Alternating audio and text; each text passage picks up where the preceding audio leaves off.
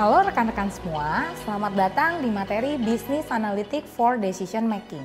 Bersama saya Lili Leonita, dalam video ini kita akan mengoverview beberapa materi yang akan rekan-rekan pelajari selama 10 sesi ke depan, yaitu konsep Business Analytics, membahas mengenai pengertian, tujuan dan pentingnya mempelajari Business Analytics.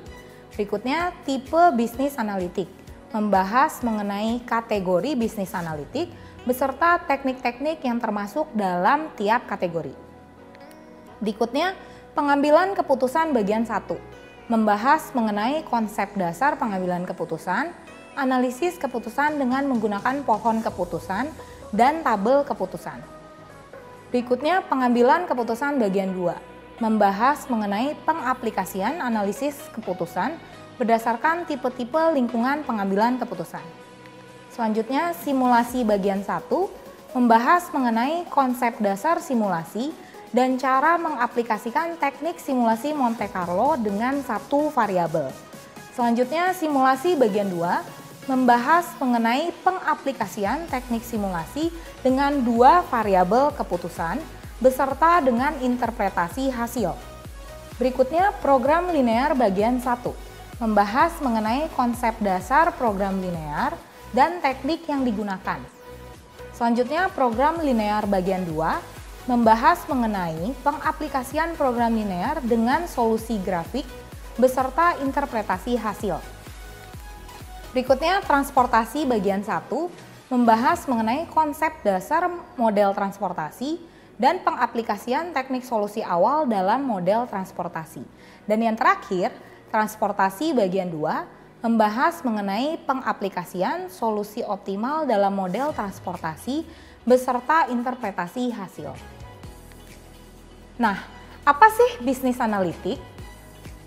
Ya, bisnis analitik adalah suatu teknik yang digunakan untuk menganalisis suatu data sehingga dapat memberikan business insight atau pandangan bisnis.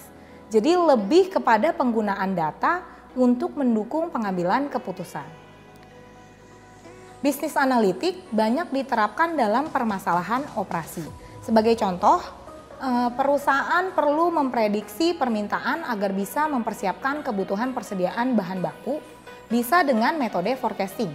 Atau ketika perusahaan akan menentukan jumlah produksi berdasarkan keterbatasan sumber daya seperti pekerja, bahan baku, atau waktu, bisa dengan metode program linear dan lain sebagainya.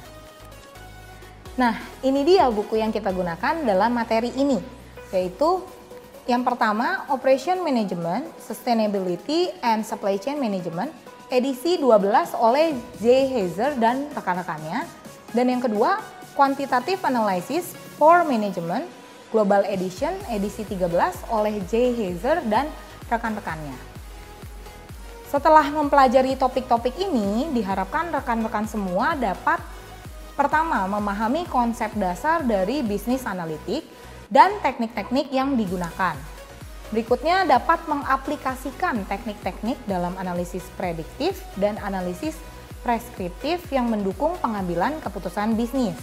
Dan yang terakhir, menginterpretasikan hasil pengolahan data untuk pengambilan keputusan bisnis.